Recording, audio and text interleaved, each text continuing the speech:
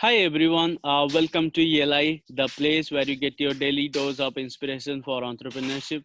And today we have with us Mr. Yash Lahoti, a founder and CEO of Women's CricZone, an exclusive media platform for women's cricket in the world.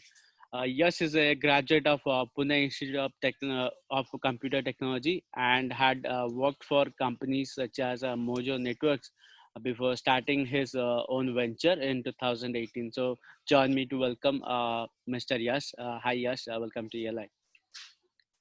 Thanks a lot, Priya.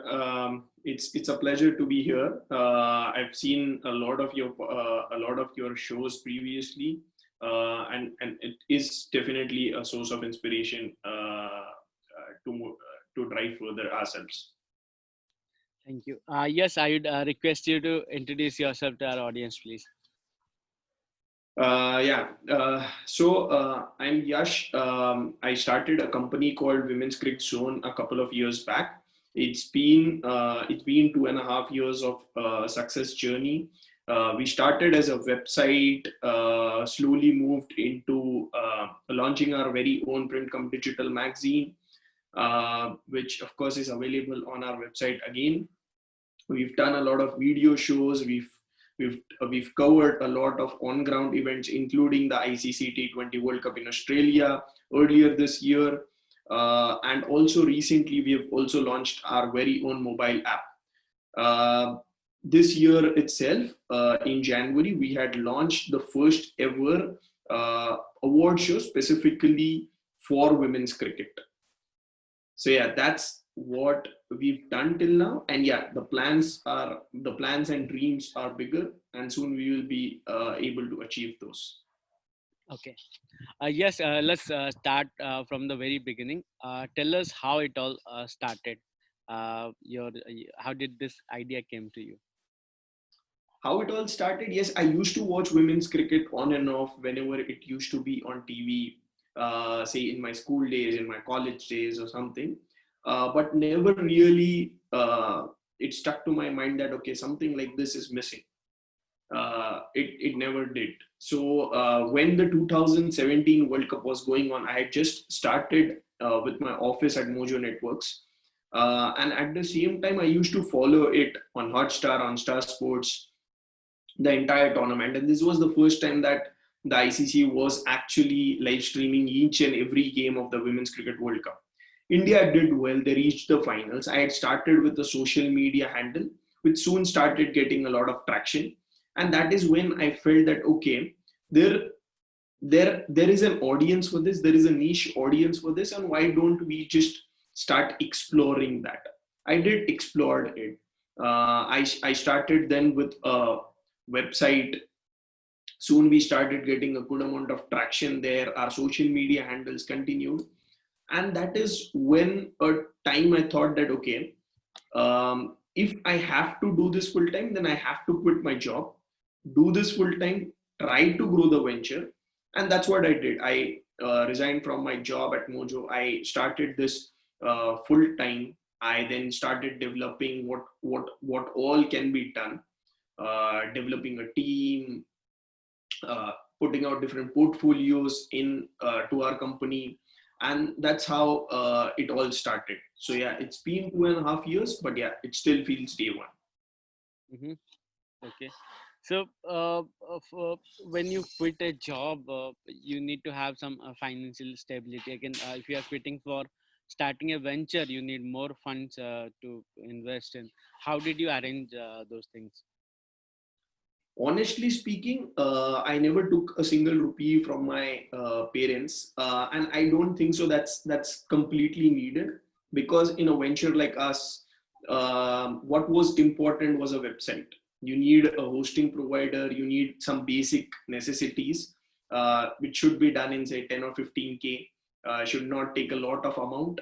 And second is, you need to, whatever news is coming out, you need to either put it on your website or at least tweet it up, which is as easy as it can be for a starting stage. So you do not need, compulsorily do not need a lot of money to start it.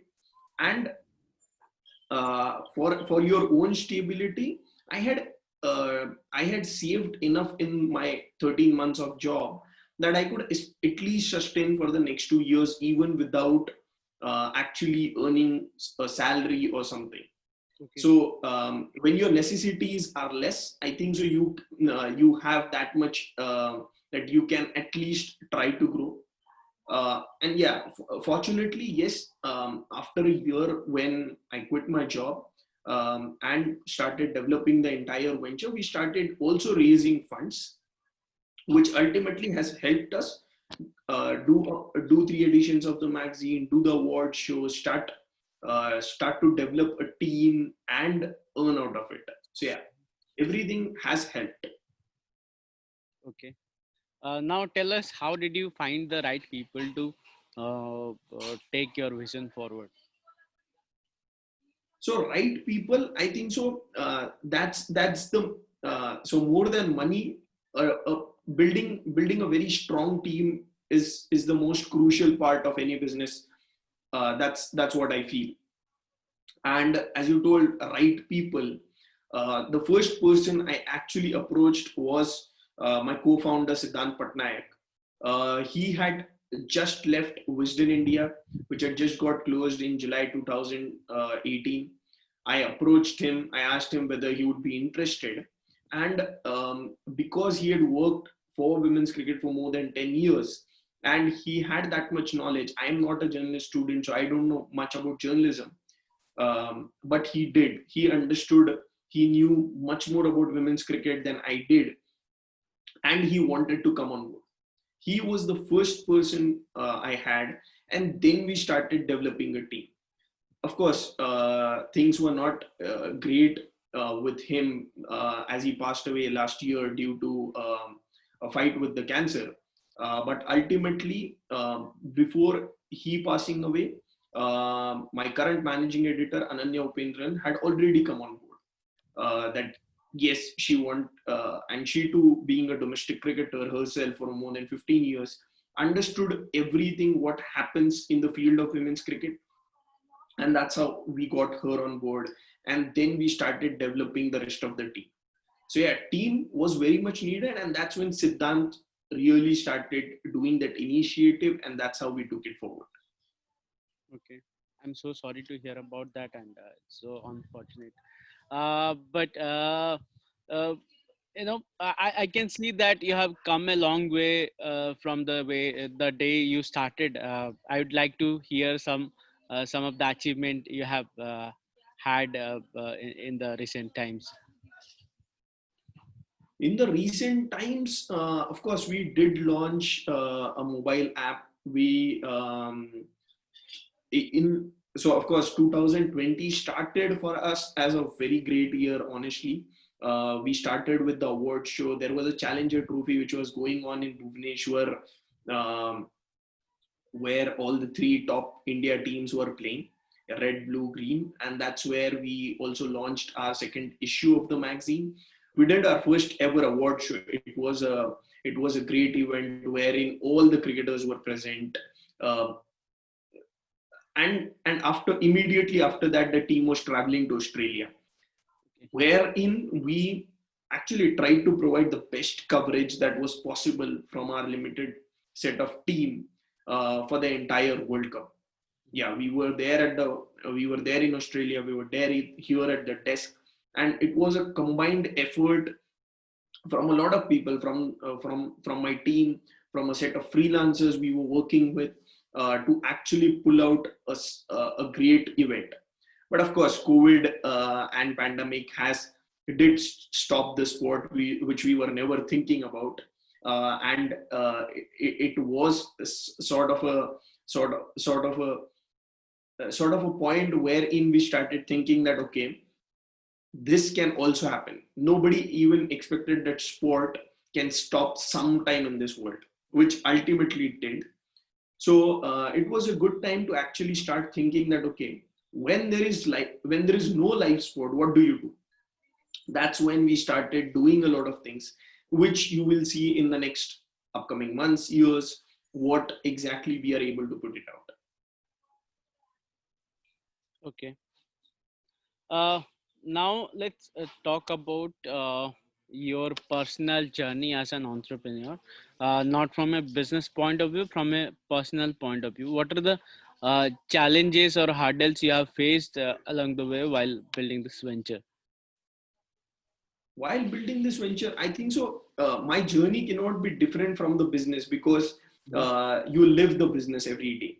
You basically wake up with it, and you sleep with the same thoughts. Even next morning when you wake up, you have all the thoughts that you gathered the last day. So it cannot be different from the business. But Okay. honestly, I have learned a lot of things. I don't think so I would have been able to meet the amount of people or the number of people I have been, because I'm an entrepreneur, because I've been continuously been talking to a lot of people, going and meeting a lot of people, meeting them on Zoom. I don't think so that would have been possible had I continued a normal 9 to 5, 10 to 6 job. Certainly it is, you have your own set of restrictions there. Here in that is not there. A startup does not allow you that, not even a startup founder I am saying, but even any startup employee does not have a 9 to 5 job. That's very rare. So that's something which you learn a lot. And second, when you are into a full-time job, when you are in a job, into a corporate organization, there you have your roles fixed. So had I been there, I would have been doing marketing for whatever time I would have been there. Hmm. But because I decided to start my own startup, and that's when I feel that I have been able to juggle myself into multiple departments. Of course, I do not do something completely, but yeah, you have that leisure that you can do sales, you can do editorial, you can do design, you can do whatever you want, marketing, you can do anything you want. And that's what I feel I've been able to do. I've been able to network with a lot of people I certainly did not know, um, those many number of people before I actually started with my own company. And um, yeah, networking is one. Finding the right people is going to be another. And of course, juggling with your multiple hats is going to be the third thing. So I don't think so that would have been possible had I continued my job. Okay. What are the things you have learned as an entrepreneur so far? Some key learnings as an entrepreneur. Key learnings.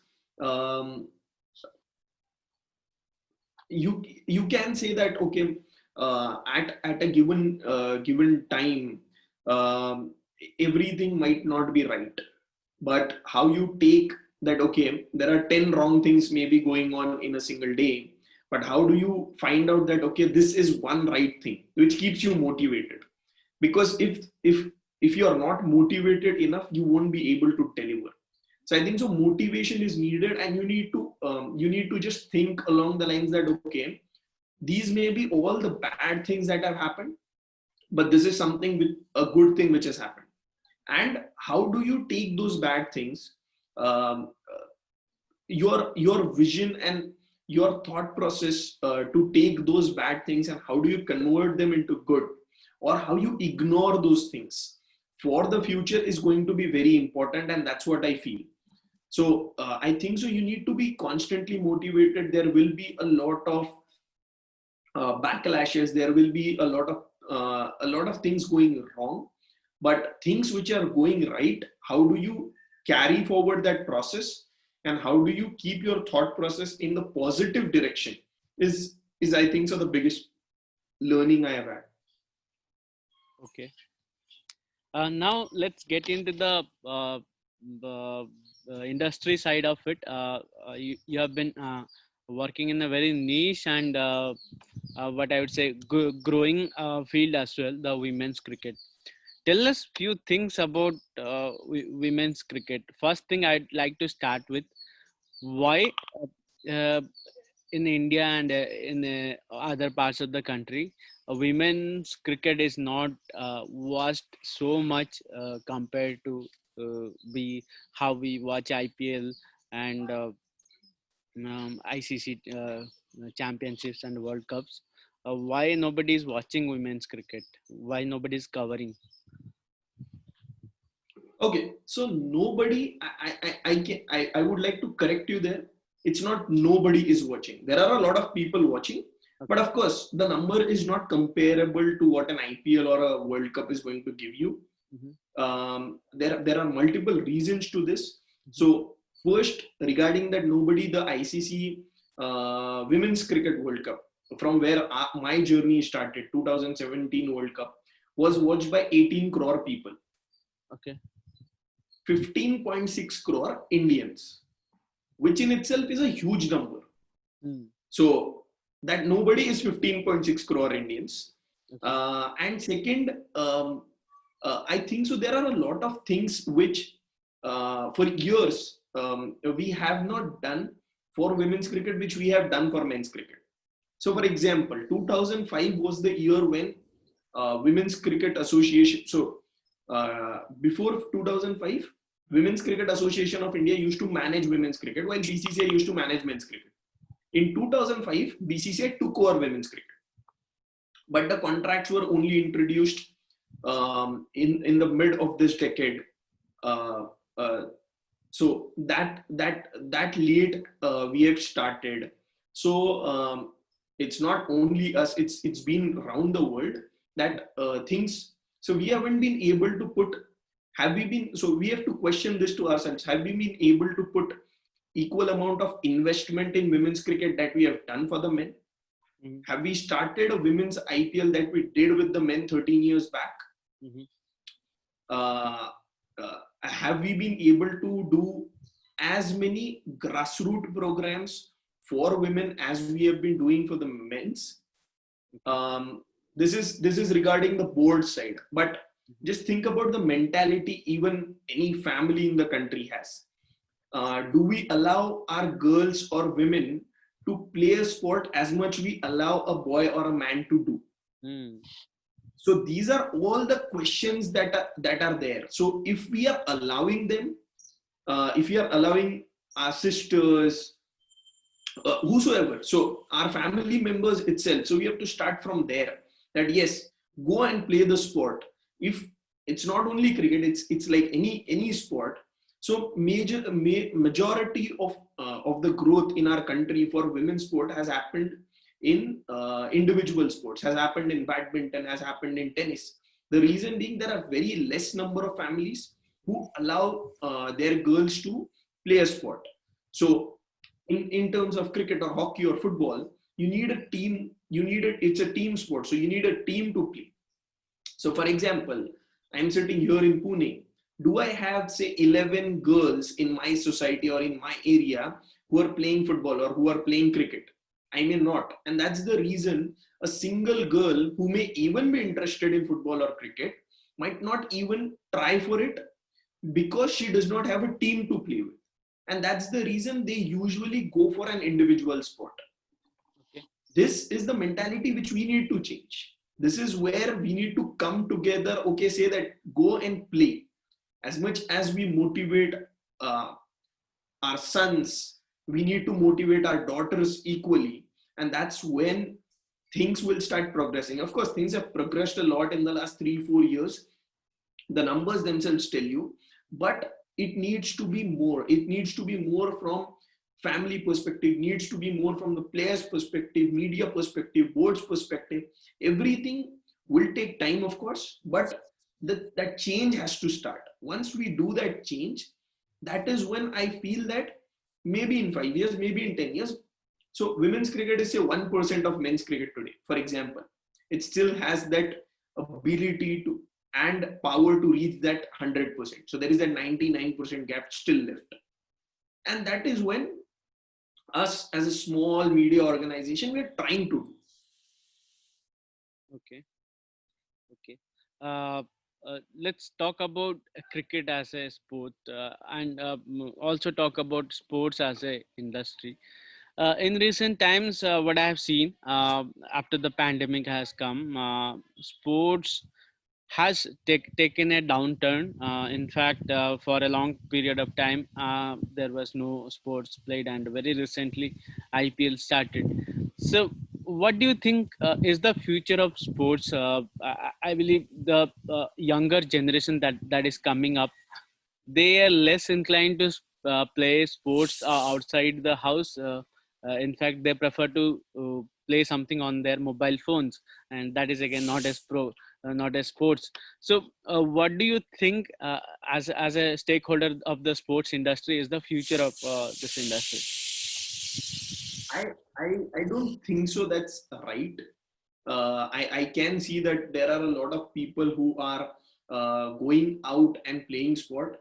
Of course, in this pandemic, people are taking those precautions. But pre the pandemic started, there were a lot of people. Of course, the newer generation, the the guys and girls who are now coming up, because there are mobiles, because there are televisions, computer screens, people are confined to it. But there are still a lot of people who go out, play cricket, play sports as a profession or even as a leisure. So most people will play it as a leisure. There will be people who will play it as a professional, but the numbers have been growing.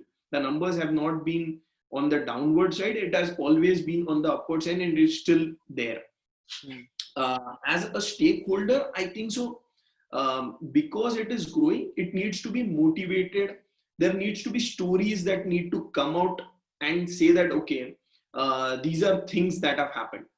So there have been stories, which have been covered by various media organizations, only in the IPL itself, that okay, this is a guy who was.